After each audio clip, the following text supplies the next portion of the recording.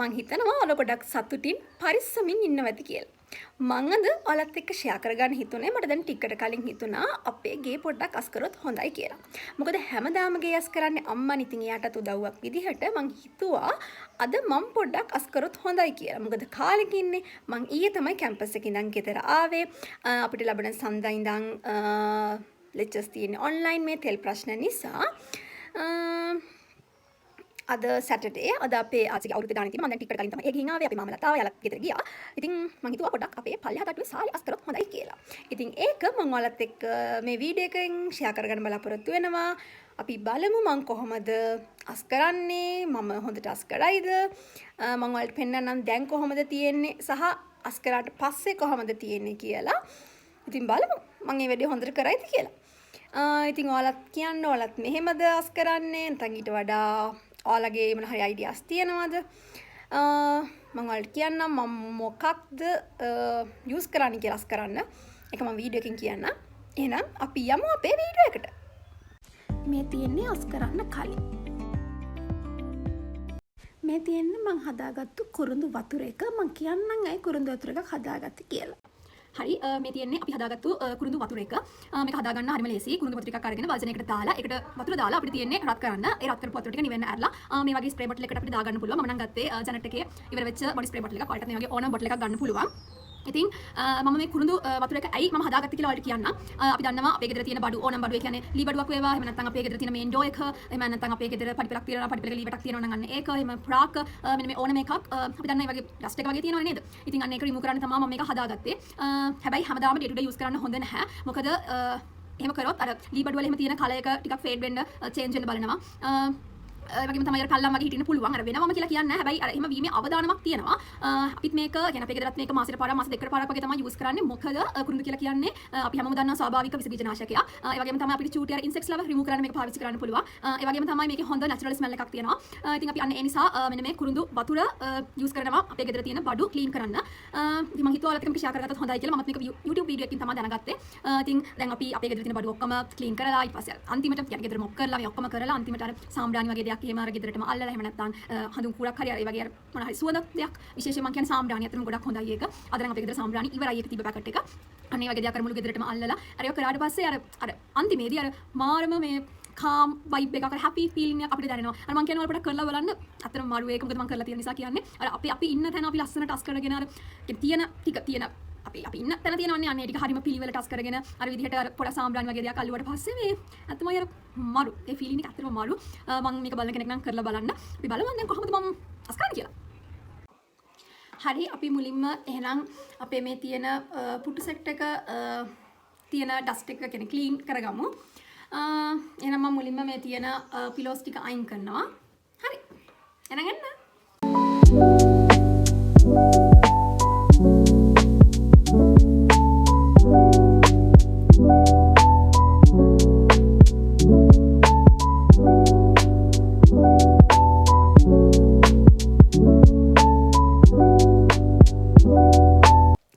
හරි මම දැන් මේ පුටු සෙට් එකක් පියදාගෙන ඉවරයි. මම දැන් හදන්නේ මෙන්න මේ රාක්කේ සහ මේ රාක්කේ තියෙන බඩු ටික පියදා ගන්න. අපේ තාත්තට හම්බෙච්ච අර සමරු පල්ක ඒ කියන්නේ කෝප වගේ දේවල් මෙතන තියෙනවා. තව අම්මට ස්කූල් එකෙන් හම්බෙච්ච ටීචර්ස් ඩේ වලට වගේ හම්බෙච්ච දේවල් තමයි මේ රාක්කේ තියෙන. ඊට අමතරව ෆ්ලවර් වාසස් තියෙනවා. ඉතින් මම දැන් මේ රාක්කේ මෙන්න මේ බඩු ටික පියදා ගන්න තමයි හදන්නේ. එහෙනම් අපි ඒකත් කරමු.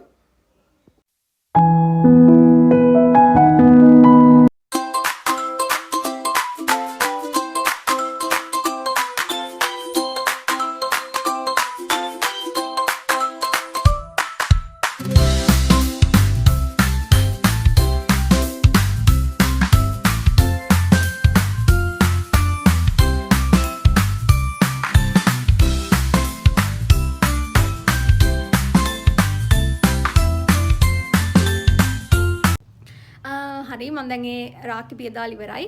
දැන් මම ඊළඟ පුටු සෙට් එක පියදාන්න තමයි ආවේ. අපි ඒකත් කරමු. මම පෙන්නන්නම් ඒක.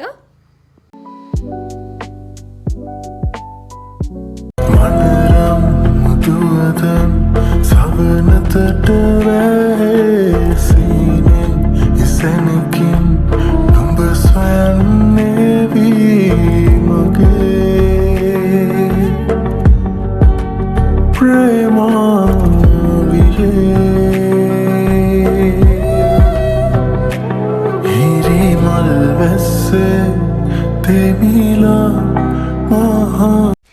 පැටියෙක් වගේ ඉන්න මාව පේනවද ඔයාලට? මම පොඩ්ඩක් කතා කරන්න. අපේ අවට තියෙන දේවල් පිළිවෙලක් කරන එක අපේ හිත ඇතුලේ තියෙන අවුල් සහගත බව නැති කරගන්න තියෙන හොඳම විදිහක්. මේ වෙලාවේ ඔයාගේ අතින් කෙරෙන හැම පොඩි පිරිසිදු කිරීමක්ම ඔයාගේ හිතේ තියෙන බරත් ටික ටික අඩු කරනවා කියලා හිතන්න. ප්‍රශ්න හැමදේම අමතක කරලා මේ පිරිසිදුකම ලස්සන දිහා බලන්න. අන්තිමට තේරෙවි ඔයාගේ හිතත් කොයිතරම් දුරට සංසුන් වෙලාද කියලා. සිත් මහසේ ආශාම දෙවුලියේ මන බන්ධනා පෙම් කවයි. හදමයි දැන් අපිට හරි මහන්සි පෙන්නති දාඩියක් දාලා හැබැයි තව චුට්ටයි තියෙන්නේ මේක ගෙදර අතු ගාලා මොප් කරන්න තමයි තියෙන්නේ. හරි අපි ඒකත් කරමු.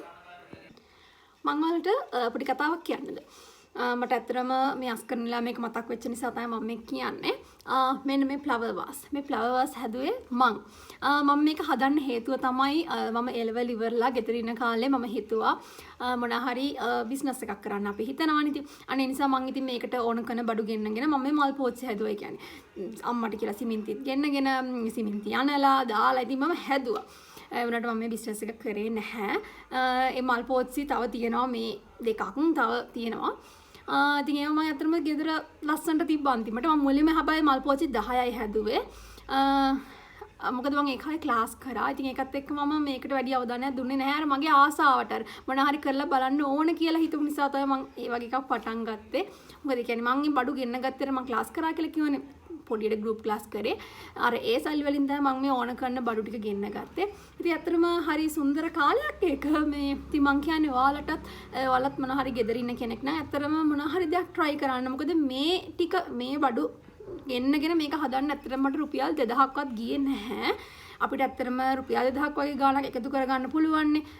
ඉතින් මං කියන්නේ මල් පෝච්චි 5කින් මං කියන්නේ මේ මල් පෝච්චි ආ සම්බන්ධ වුණත් මං කියන්නේ මල් පෝච්චි 5කින් අර ඒ වගේ පටන් ගන්න. ඔයාලට මේක ලස්සනට හොඳට කරගන්න පුළුවන් නම් ඔයාලට ඒ ලැබෙන ලාභෙන් තව දුරටත් ඔයාගේ බිස්නස් එක දියුණු කරගන්න පුළුවන්. මම මේ මට හිතිච්ච මම කරපු දෙයක් තමයි මම ඔයාලත් එක්ක මේ වෙලාවේ බෙදා ගන්න හිතුවේ.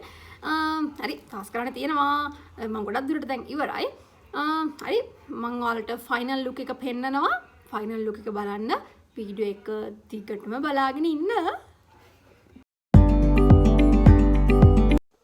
මම දැන් ගොඩක් දුරට තාස් කරලා ඉවරයි. දැන් අන්තිම පාර්ට් එක මොප් කරන්න තමයි තියෙන්නේ.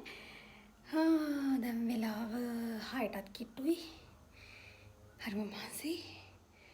අපි කරමු. I can do it. Nah, we can do it. හරි ළමයි අස්කල් ඉවරයි. එහෙනම් අපි ෆයිනල් ලුක් එක බලමු. මම සොයනානියා නුඹ ඉන්නවද සංගවී නොයා මේ පිනිවැස්සේ ඔබ හා මෙම තනි වෙන්නම් එදා මට නම් නැවේ අද පාඩුවෝ මේ දුකමනේ මගේ දැතේ වෙලි. හරි දැන් මම වොෂ් එකක් දාගෙන ආවා. දැන් මම වීඩියෝ එක ඉවර කරන්න තමයි හදන්නේ. ඉතින් මම තවත් අලුත් වීඩියෝ එකක් ඔයාලත් එක්ක ෂෙයා කරගන්න බලාපොරොත්තු වෙන්. මම අදට මේ වීඩියෝ එක ඉවර කරනවා. මට අවසාන වශයෙන් කියන්න ඕන ඔයාලා මොන හරි ප්‍රශ්නක ඉන්නවා නම් ඒ වගේම තමයි දුකෙන් ඉන්නවා නම් එහෙම නැත්නම් ඔයාලට ස්ට්‍රෙස් වගේ ෆීලින් එකක් දැනෙනවා නම් ඒ වගේ වෙලාවකට පොඩ්ඩක් ඔයාලගේ ගේ අස් කරන්න. ඔයාලගේ රූම් එක අස් කරන්න. ඔයාලට යම් මොහොතකට හරි ඒ අවස්ථාවෙන් නැත්නම් ඒ తত্ত্বය ඔයාලට අඩු කරගන්න පුළුවන්. මම මේ අත්දැකීමෙන් තමයි කියන්නේ. ඒ වගේම තමයි එක අස් කරලා ඉවර වෙලා ඔයාලගේ ෆයිනල් රිසල්ට් එක. ඒ කියන්නේ කලින් තිබ්බේ කොහමද දැන් තිබ්බේ කොහමද මම නේද මෙහෙම ලස්සනට අස් කරේ මම නේද මෙහෙම කරේ කියන ෆීලින් එක ඇත්තටම ඔයාලට ඔයාලා විඳින්න ඕනේ. අනිවාර්යෙන් මේක විඳපු අය ඇති. මං කියන්නේ අර වගේ අවස්ථාවකදී ඒක කරන්න ඒක ඇත්තටම හිතට සතුටක්. එහෙනම් මං අදට වීඩියෝ එක ඉවර කරනවා. ඔයාලා මේ වීඩියෝ එකට කැමති නම් මංගේ යස් කරාට පස්සේ ඒ තිබ්බ ෆයිනල් ලුක් එක කොහොමද කියලා කමෙන්ට් එකක් දාගෙන යන්න. ඒ වගේම තමයි මගේ channel එක subscribe කරන්න කියලාත් මම ගොඩාක් ආදරෙන් ඔයාලගෙන් ඉල්ලනවා. එහෙනම් ඔයාලා සතුටින් පරිස්සමින් ඉන්න. මතක ඇතුව ඔයාලගේ අදහස් කමෙන්ට් එකකින් දාන්න. තව ඔයාලට මොන වගේ වීඩියෝද ඕනේ කියලාත් මට කියන්න. මට පුළුවන් විදිහට ඒව ඔයාලත් එක්ක ෂෙයා කරගන්න බලාපොරොත්තු වෙනවා.